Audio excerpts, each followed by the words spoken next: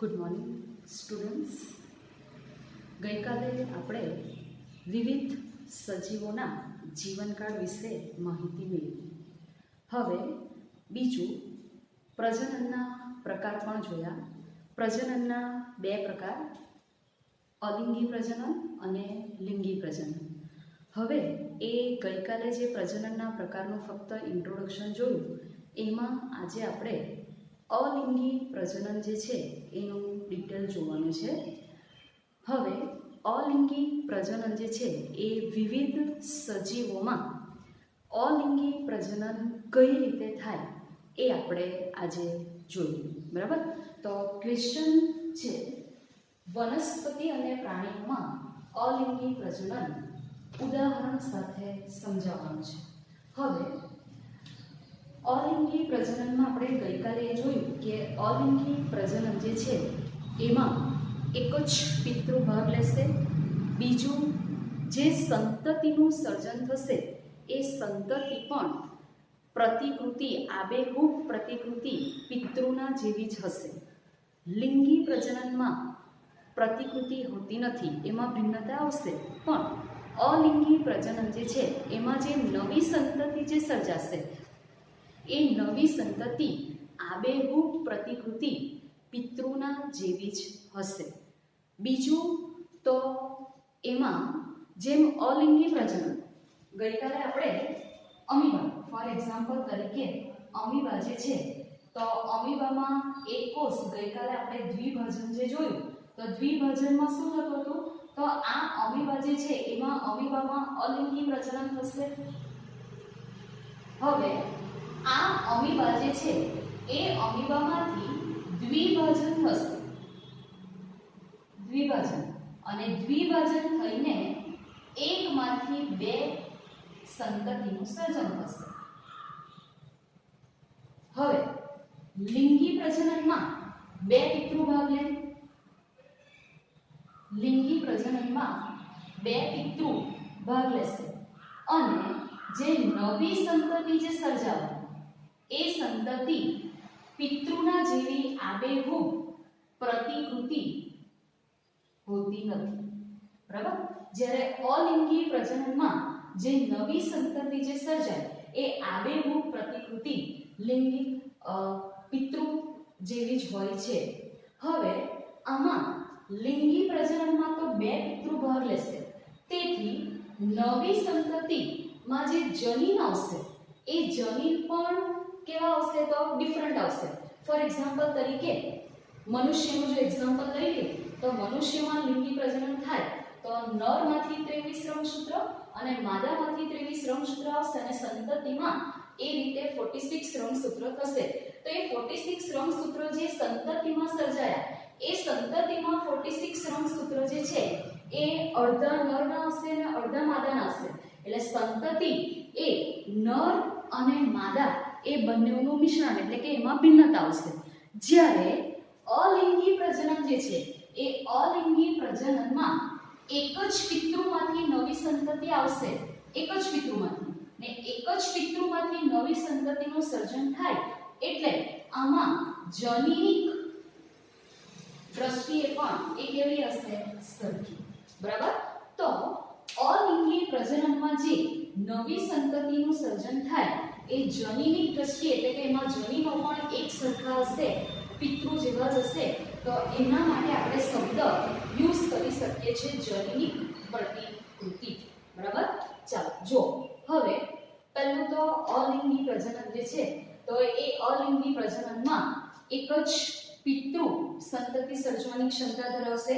અલિંગી પ્રજનનમાં એક જ પિતૃ ભાગ લેશે અને પરિણામે નવી સંતતિ જે છે એ સર્જાય એ પિતૃની આબેહૂબ પ્રતિકૃતિ હોય છે. બરાબર ને? કીધું તેમ કે અલિંગી પ્રજનનમાં એક જ પિતૃ ભાગ લેશે અને જે નવી સંતતિ જે સર્જાય એ નવી સંતતિ આબેહૂબ અલિંગી પ્રજનનમાં પિતૃ જેવી જ હશે.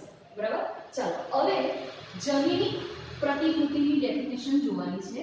તો અલિંગી પ્રજનનમાં જે આ નવી સંતતિ સર્જાય એ દેખાવમાં તો પિતૃ જેવી જ હશે, પણ જનીન પણ એમાં એક સરખા હશે. એટલે આ સંતતિઓ જે સર્જાય અલિંગી પ્રજનનમાં એ સંતતિઓ જનીની દ્રષ્ટિએ સમાન હોય અને બાહ્યાકાર રીતે અને જનીનિક રીતે આવી સમાન જે સંતતિ સર્જાય એ સજીવો માટે આપણે વર્ડ યુઝ કરી શકીએ જનીનિક પ્રતિકૃતિ. બરાબર? એટલે જનીનિક પ્રતિકૃતિની ડેફિનેશન તમને 1 માર્કમાં પૂછાય તો તમે આવી રીતે લખી શકો કે અલિંગી પ્રજનનમાં સર્જાતી સંતતિઓ જનીનિક રીતે અને બાહ્યાકાર રીતે એક સરખી હોય છે તો તેને જનીનિક પ્રતિકૃતિ કહેવામાં આવે છે. બરાબર? ખબર પડી? એટલે જનીનિક પ્રતિકૃતિ એટલે શું? તો અલિંગી પ્રજનનમાં જે સંતતિ સર્જાય એ બાહ્યાકાર રીતે અને જનીનિક રીતે એક સરખી હોય તો તેના માટે આપણે જનીનિક પ્રતિકૃતિ શબ્દ વાપરી શકીએ. બરાબર? ચાલો, હવે આ તો આપણે જોયું ઇન્ટ્રોડક્શન કે અલિંગી પ્રજનનમાં એક જ પિતૃ ભાગ લેશે. બીજું તો એમાં જે સંતતિ સર્જાય એ પણ આબેહૂબ પ્રતિકૃતિ હશે. અને ત્રીજું એક જોયું કે જનીનિક પ્રતિકૃતિની ડેફિનેશન. હવે અલિંગી પ્રજનન કયા સજીવોમાં થશે? હવે આપણે 11મા ધોરણમાં 5 સૃષ્ટિ જોઈ ગયા છે. પ્રોટિસ્ટા, મોનેરા, પ્રોટિસ્ટા, ફૂગ, વનસ્પતિ સૃષ્ટિ અને પ્રાણી સૃષ્ટિ. તો એમાં શરૂઆતની જે છે મોનેરા અને પ્રોટિસ્ટા એ નીચલી કક્ષાના પ્રાણીઓ છે, જ્યારે પાછળના જે ઉચ્ચ કક્ષાના પ્રાણીઓ જે છે એમાં વનસ્પતિ સૃષ્ટિ, પ્રાણી સૃષ્ટિ આવી શકે. તો ઉચ્ચ કક્ષાના પ્રાણીઓ જે છે એ ઉચ્ચ કક્ષાના પ્રાણીઓમાં લિંગી પ્રજનન થશે, જ્યારે નીચલી કક્ષાના જે સજીવો છે એમાં અલિંગી પ્રજનન જોવા મળે. એટલે નીચલી કક્ષાના પ્રાણીઓ જેવા કે પ્રોટિસ્ટા અને મોનેરા આપણે લઈ શકીએ. તમે 11મા ધોરણમાં ભણી ગયા છો. તો કયા કયા સજીવોમાં અલિંગી પ્રજનન જોવા મળે?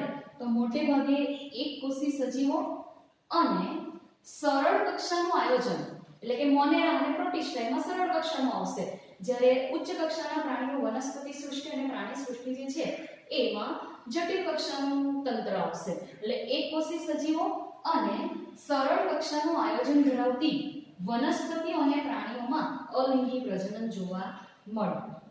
ફોર એક્ઝામ્પલ તરીકે પ્રોટિસ્ટા અને મોનેરામાં સજીવ અથવા તો પિતૃકોષ વિભાજન પામીને 2 બાળકોષ સર્જે. ફોર એક્ઝામ્પલ તરીકે પ્રોટિસ્ટામાં અને મોનેરામાં અમીબા હશે તો એમાં આ પિતૃકોષ વિભાજન પામીને 2 બાળકોષનું સર્જન કરે છે અને આ 2 બાળકોષ ત્યાર પછી નવા સજીવ તરીકે વર્તે. બરાબર? એટલે આ સજીવોમાં કોષ વિભાજન, જે આ વિભાજન થયું એ વિભાજન જ પ્રજનનની પદ્ધતિ કહી શકાય. એટલે અલિંગી પ્રજનનમાં જે વિભાજન થશે એ વિભાજનને જ અલિંગી પ્રજનન આપણે કહી શકીએ. બરાબર? એટલે કયા સજીવોમાં અલિંગી પ્રજનન થાય? તો નીચલી કક્ષાનું અને સરળ કક્ષાનું આયોજન ધરાવતી વનસ્પતિઓમાં અલિંગી પ્રજનન થશે અને આ પ્રાણીઓમાં પિતૃકોષ વિભાજન પામીને નવા બાળકોષનું સર્જન કરશે અને આ નવા બાળકોષ જે છે એ જ નવી સંતતિ તરીકે સર્જે અથવા તો નવા પ્રાણી તરીકે વર્તે તો તેને કહેવાશે આપણે અલિંગી પ્રજનન. બરાબર? ચાલો, હવે અલિંગી પ્રજનન જે છે એ અલિંગી પ્રજનનની અલગ અલગ પદ્ધતિઓ છે કે આપણે ભણવાની છે. એમાં કઈ કઈ પદ્ધતિઓ છે? તો પહેલું છે દ્વિભાજન, બીજું કલિકા સર્જન, ત્રીજું કોષ્ઠન અને બીજાણુ નિર્માણ. ચાલો, હવે દ્વિભાજન જે છે એ આપણે ગઈકાલે જોઈ લીધું. તો દ્વિભાજન, દ્વિ એટલે 2 અને ભાજન એટલે વિભાજન. બરાબર? 2 ભાગમાં વિભાજન થાય તો એને કહેવાશે દ્વિભાજન. ફોર એક્ઝામ્પલ તરીકે આમાં પણ આપણે અમીબા લેવાના છે. બરાબર? અમીબામાં દ્વિભાજન થશે એટલે આ જ અમીબાનું એકમાંથી 2 ભાગમાં વિભાજન થશે અને આ 2 ભાગમાં વિભાજન થઈને નવા 2 બાળકોષ બનશે. એટલે આ પિતૃ હતા અને આ નવી સંતતિ, 2 બાળકોષ. બરાબર? એટલે અમીબામાં દ્વિભાજન એટલે પિતૃ જે સજીવ છે એમાં વિભાજન થઈને બે ભાગમાં વિભાજન થશે પિતૃનું, તો એને કહેવાશે દ્વિભાજન. હવે આ જે નવી સંતતિ સર્જાય એ જ નવી સંતતિ નવા પ્રાણી તરીકે વર્તશે. એટલે ઘણા એકકોષી સજીવો, અમીબા એકકોષી સજીવો છે, એટલે એકકોષી સજીવો દ્વિભાજન દ્વારા પ્રજનન કરે, જેમાં કોષ એટલે કે અમીબા એકકોષી છે તો એક કોષ કહેવાશે, જેમાં કોષ બે અર્ધ ભાગમાં વિભાજિત થાય. એટલે આ જે કોષ જે છે અમીબા એકકોષી સજીવ છે, કોષ તરીકે પણ તમે લઈ શકો. તો આ અમીબા જે છે એ બે અર્ધ ભાગમાં શું થશે? વિભાજિત થાય. અને દરેક ભાગ એટલે આ બને દરેક ભાગ ઝડપથી વૃદ્ધિ પામશે. આ બે બાળકોષ ત્યાર પછી વૃદ્ધિ પામશે અને પુખ્ત બને અને નવા પ્રાણી તરીકે વર્તે. ફોર એક્ઝામ્પલ તરીકે આવશે અમીબા અને પેરામીશિયમ. એટલે દ્વિભાજનમાં શું થશે? તો એકકોષી સજીવો વિભાજન પામશે, એકમાંથી બે વિભાજન થશે ને દરેક ભાગ નવો પ્રાણી તરીકે પછી પુખ્ત બનશે. બરાબર? ચલો, થયું આ દ્વિભાજન. ચાલો નેક્સ્ટ બીજું કલિકા સર્જન. હવે કલિકા સર્જન એટલે શું? તો તમે કોઈ પણ છોડ હશે તો એ છોડમાં માની લો કે કોઈ આ એક છોડ છે તમારો, બરાબર? તો એમાં તમે અહીંયા નાની કૂપળો આવતી જોઈ છે કોઈ પણ એક નાના પ્લાન્ટમાં, બરાબર? તો એને તમે કલિકા જ કહી શકો, બરાબર? હવે કલિકા સર્જનમાં શું થશે? તો આ છે એક હાઇડ્રા પ્રાણી, બરાબર? તો શરીરના કોઈ પણ એક ભાગમાં સતત વિભાજન થશે. એટલે માની લો કે આ એક ભાગ છે તો શરીરના કોઈ એક ભાગમાં સતત વિભાજન થયા જ કરે આ ભાગમાં, અને સતત વિભાજન જો થાય તો આ ભાગ જે છે એ આવી રીતે ઉપસી આવશે. બરાબર? આપણે સતત કોઈ એક શરીરના કોઈ પણ એક ભાગમાં સતત વિભાજન થયા જ કરે તો એ વિભાજન જે છે, બરાબર, એ વિભાજન થાય એટલે એ ભાગ જે છે એ આવી રીતે ઉપસી આવશે. બરાબર? ત્યાર પછી આ ભાગમાંથી એક નવી કલિકાનું સર્જન થશે. આવી રીતે નાના. બરાબર? પછી આ જે છે એક નવી કલિકાનું સર્જન થશે આવી રીતે આમ. બરાબર? તો એને જ કહેવાશે કલિકા સર્જન. ત્યાર પછી થોડા વખત સુધી આ પિતૃકોષ સાથે જોડાયેલું હશે અને જેવું આ મોટું થશે ત્યાર પછી પિતૃકોષથી એ છૂટું પડી જાય અને આ છૂટું પડીને ત્યાર પછી એક નવા પ્રાણી તરીકે સર્જે. બરાબર? એટલે કલિકા સર્જનમાં શું થાય? તો કોઈ સજીવના કોઈ એક ભાગમાં સતત વિભાજન થાય અને વિભાજન થઈને એમાંથી નવી કલિકાનું સર્જન થાય અને એ નવી કલિકા ત્યાર પછી મોટી થાય અને પિતૃકોષથી ત્યાર પછી છૂટી પડી જાય. મોટી થઈને અને છૂટી પડે ત્યાર પછી નવું પ્રાણી તરીકે વર્તે. બરાબર?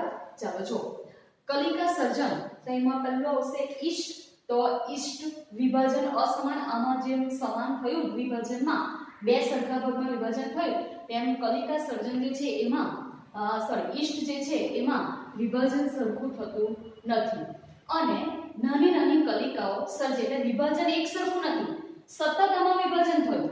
આમાં કેવું એક સરખું, એકમાંથી બે થયા તે સરખું વિભાજન કહેવાય.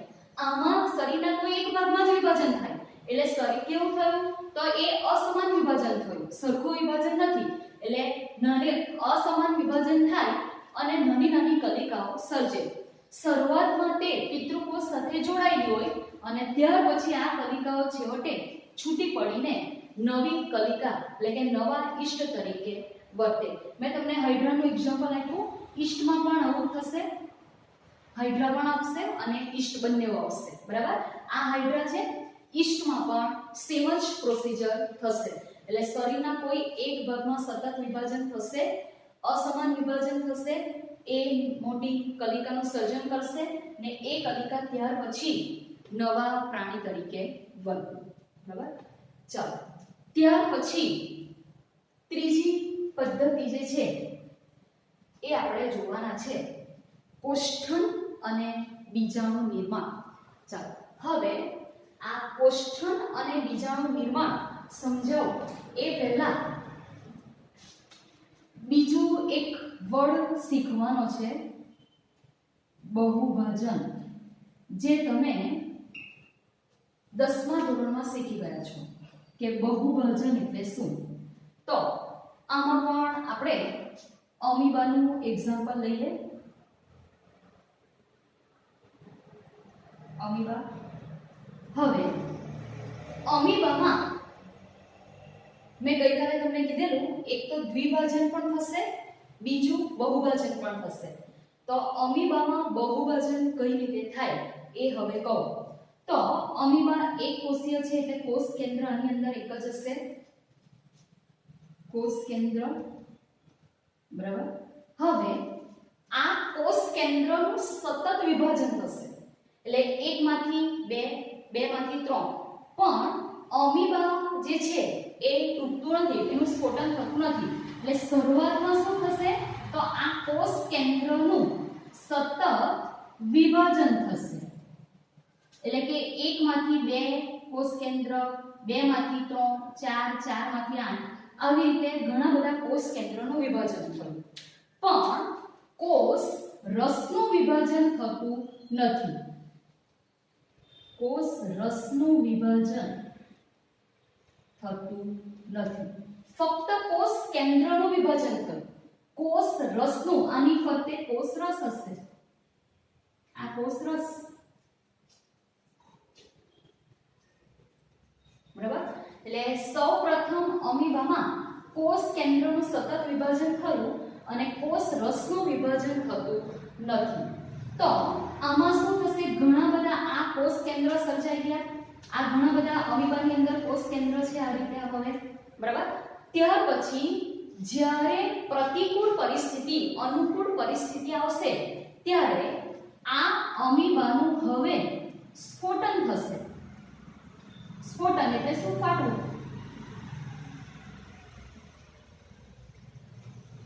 કોષ કેન્દ્રનું વિભાજન થઈ ગયું, કોષ રસનું વિભાજન થતું નથી અને પ્રતિકૂળ પરિસ્થિતિમાં ત્યાર પછી આ અમીબાનું સ્ફોટન થશે અને સ્ફોટન થઈને ત્યાર પછી આમાં જેની પાસે જેટલો કોષ રસ હશે એટલો એ બહાર લઈને નીકળી જશે. માની લો કે આ કોષ કેન્દ્ર છે એ આટલો કોષ રસ લઈને બહાર નીકળી ગયો તો આ રીતે થઈ જશે. આ કોષ કેન્દ્ર આવી રીતે, તો આવી રીતે ઘણા બધા કોષ કેન્દ્ર કોષ રસ લઈને બહાર નીકળી જશે ને આ બધા જે કોષ કેન્દ્ર કોષ રસ લઈને બહાર નીકળી ગયા અને ત્યાર પછી આ જે છે એ નવા અમીબા તરીકે વર્તે, નવા પ્રાણી તરીકે વર્તે. એટલે શું થયું તો અમીબા એક જ હતું પણ એમાંથી ઘણા બધા નવા અમીબાનું સર્જન થયું, એટલા માટે એને કહેવાય બહુભાજન, બરાબર. આમાં દ્વિભાજન થયું. દ્વિભાજન એટલે એકમાંથી ફક્ત બે થયા એટલે એને કહેવાય દ્વિભાજન. જ્યારે આમાંથી એકમાંથી ઘણા બધા નવા અમીબા સર્જાયા તો તેને કહેવાય બહુભાજન, બરાબર. ચાલો હવે બીજો એક અમીબા જે છે એમાં બીજી એક એ ટેન્ડન્સી ધરાવે છે ખોટા પગ, બરાબર. તો અમીબા, આ અમીબા જે છે એ અહીંયા આ કોઈ ફૂડ પાર્ટિકલ છે, બરાબર.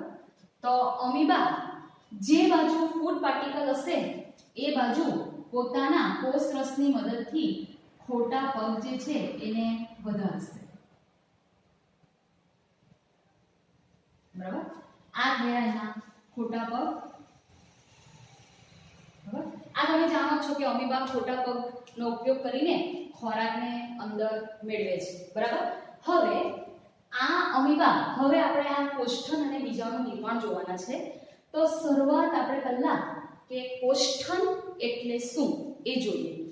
તો અમીબા જે છે એ પોતાના શરૂઆતમાં પોતાના ખોટા પગ જે છે એ ખોટા પગને સંકોચી લેશે,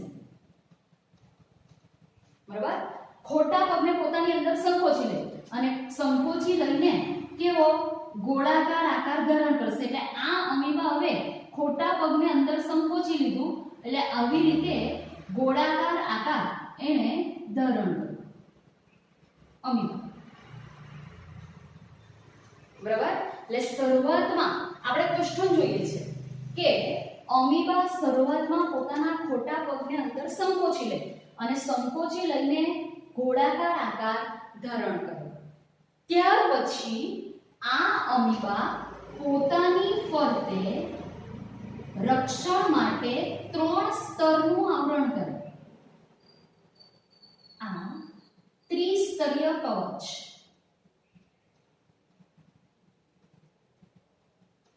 બરાબર. પહેલા શું કર્યું તો અમીબાએ પોતાના ખોટા પગને અંદર સંકોચી લીધા અને સંકોચી લઈને આવી રીતે ગોળાકાર આકાર ધારણ કર્યો. ત્યાર પછી આ અમીબા પોતાની ફરતે આવી રીતે 3 સ્તરનું આવરણ રચે. શાના માટે? તો રક્ષણ માટે. તો એક ત્રિસ્તરીય કવચ સર્જે રક્ષણ માટે. ને આ ત્રિસ્તરીય કવચ જે સર્જે એને જ કહેવાશે કોષ્ઠન. બરાબર. એટલે અમીબા પોતાના ખોટા પગને અંદર સંકોચી લઈ ગોળાકાર આકાર ધારણ કરે.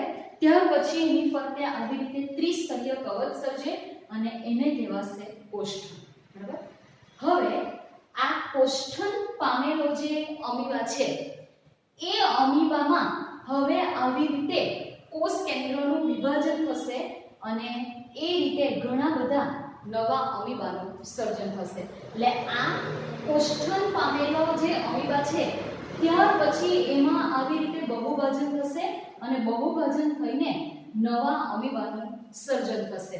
તો એને કહેવાશે બીજાણુ સર્જન. બરાબર. એટલે કોષ્ઠન પામેલો બીજ જે છે એમાં હવે ત્યાર પછી બહુભાજન થશે અને નવા અમીબા સર્જાય એને કહેવાશે બીજાણુ સર્જન. બરાબર. ખબર પડી? આપણે થિયરી જોઈએ. બરાબર. પ્રતિકૂળ સંજોગોમાં અમીબા પોતાના ખોટા પગ એ પાછા ખેંચી લે એટલે કે સંકોચી લે. એટલે અમીબા પ્રતિકૂળ સંજોગોમાં પોતાના ખોટા પગ જે છે એને અંદર સંકોચી લે અને પોતાની આસપાસ મજબૂત ત્રિસ્તરીય કવચ સર્જે અથવા તો આવરણ સર્જે. બરાબર. તો તે ક્રિયાને કહેવાય કોષ્ઠન. બરાબર. એટલે કોષ્ઠન એટલે શું? તો અમીબા પ્રતિકૂળ સંજોગોમાં પોતાના ખોટા પગ એ અંદર સંકોચી અને તેની ફરતે પોતાનું રક્ષણ માટે ત્રિસ્તરીય કવચ સર્જે. તો એને કહેવાશે કોષ્ઠન. હવે અનુકૂળ પરિસ્થિતિ જ્યારે એટલે કે પ્રતિકૂળ પરિસ્થિતિ જ્યારે પ્રાપ્ત થશે ત્યારે આ કોષ્ઠન પામેલો અમીબા જે છે એનું શું થશે? બહુભાજન થશે. એટલે હવે આ અમીબામાં આ રીતે બહુભાજન થવાનું અને આ રીતે બહુભાજન થઈને નવા અમીબાનું સર્જન થશે. એટલે કોષ્ઠન પામેલ અમીબા એ હવે બહુભાજન થશે અને એમાં ઘણા કૂટપાદીય બીજાણુ આ બીજાણુ જે સર્જાય એને કહેવાશે કૂટપાદીય. કૂટપાદીય એટલે કેવા? આભાસી. કોષ્ઠનની દીવાલ તૂટે છે, બીજાણુઓ આસપાસના મધ્યમાં મુક્ત થાય. એટલે આ કોષ્ઠન પામેલો અમીબા જે છે એમાં બહુભાજન થયું, એની દીવાલ જે છે એ તૂટી ગઈ એટલે આ બાજુ આસપાસના માધ્યમમાં આમાંથી નવા અમીબા જે છે એનું સર્જન થયું અને એ આ અમીબા ત્યાર પછી વૃદ્ધિ પામશે અને એ ક્રિયાને કહેવાશે બીજાણુ નિર્માણ. બરાબર. ખબર પડી? તો આપણે 3 પદ્ધતિ જોઈ. એક દ્વિભાજન, કલિકા સર્જન અને ત્રીજું કોષ્ઠન અને બીજાણુ નિર્માણ. બરાબર. દ્વિભાજન જે છે એ દ્વિભાજનમાં ફક્ત 2 ભાગમાં વિભાજન થશે. એમાં એક્ઝામ્પલ આવશે અમીબા અને પેરામિશિયમ. બીજું તો આપણે કલિકા સર્જન જોયું. તો કલિકા સર્જનમાં અસમાન વિભાજન થશે, સમાન વિભાજન નહીં થશે. સતત શરીરના કોઈ એક ભાગમાં વિભાજન થઈને નવી કલિકાનું સર્જન કરશે. અને ત્યાર પછી કોષ્ઠન અને બીજાણુ નિર્માણ. તો એમાં પહેલા કોષ્ઠનની ડેફિનેશન લખવાની છે ને ત્યાર પછી બીજાણુ નિર્માણ. કોષ્ઠન એટલે અમીબા પોતાના ખોટા પગ સંકોચી લે, ત્યાર પછી એની ફરતે ત્રિસ્તરીય કવચ સર્જે અને એને કહેવાશે કોષ્ઠન. ત્યાર પછી એ કોષ્ઠન પામેલો અમીબા જે છે એમાં બહુભાજન થશે ને બહુભાજન થઈને નવા અમીબાનું સર્જન કરે. તેને કહેવાશે બીજાણુ નિર્માણ. બરાબર. ચાલો હવે હજી પણ અલિંગી પ્રજનનની બીજી પદ્ધતિઓ છે, ફૂગ અને લીલ. તો ફૂગ અને લીલમાં પણ અલિંગી પ્રજનન જે છે એ અલગ અલગ પદ્ધતિથી થાય. ફોર એક્ઝામ્પલ તરીકે તમને એમાં આપેલું છે ચલ બીજાણુ. ચાલો હવે બે પ્રકારના બીજાણુ આવે, ચલ બીજાણુઓ અને અચલ બીજાણુ. હવે ચલ બીજાણુ અને અચલ બીજાણુમાં શું ફરક? તો ચલ એટલે જાતે જઈ શકે અને અચલ એટલે જાતે જઈ શકતા નથી. એટલે ચલ એટલે કોની મદદથી જાતે જઈ શકે? તો પક્ષ્મ અને કસાની મદદથી પોતાની જાતે જ જે જગ્યા પર જવાનું હોય એ જગ્યા પર જઈ શકે, તો તેને કહેવાશે ચલ બીજાણુ. ફોર એક્ઝામ્પલ તરીકે મનુષ્યમાં એક્ઝામ્પલ આપું તો શુક્રકોષ અને અંડકોષ. તો શુક્રકોષમાં ટેલ પોર્શન આવશે, તો એ પૂંછડીની મદદથી પોતાની જાતે જ અંડવાહિની સુધી જઈ શકે છે, તો તેને ચલ બીજાણુ કહેવાય. અને અંડકોષ જે છે એને પક્ષ્મ અને કસા હોતા નથી, એ પોતાની જાતે જે જગ્યા પર જવાનું હોય એ જગ્યા પર જઈ શકતું નથી, તો તેને અચલ બીજાણુ કહેવાય. એટલે ચલ અને અચલ. તો ચલ એટલે પક્ષ્મ અને કસાની મદદથી પોતાની જાતે જઈ શકતું હોય તો તેને કહેવાશે ચલ બીજાણુ, અને અચલ બીજાણુ એટલે પક્ષ્મ અને કસા ધરાવતા નથી. તો ફૂગ અને લીલમાં અલિંગી પ્રજનન વિશિષ્ટ રીતે થાય. ફોર એક્ઝામ્પલ તરીકે તમને ચલ બીજાણુ આપેલા છે, તો તે કેવી રચના છે? સૂક્ષ્મદર્શી છે, એટલે એકદમ સૂક્ષ્મ છે, માઇક્રોસ્કોપમાં આપણે જોઈ શકીશું, અને ચલિત રચના ધરાવે છે. બીજી પણ અનેક પદ્ધતિઓ આપેલી છે જે આપણે સમજવાની નથી, ફક્ત નામ જોવાના છે. કણી બીજાણુ. કણી બીજાણુ ફોર એક્ઝામ્પલ તરીકે આપેલું છે પેનિસિલિયમ. તમને ફિગર પણ આપેલી છે, અરે આ પેનિસિલિયમ. તો કણી બીજાણુ એટલે શું? તો ઉપર આ બીજાણુઓ જે છે આ બધા જે છે એને કણી બીજાણુઓ કહેવાશે.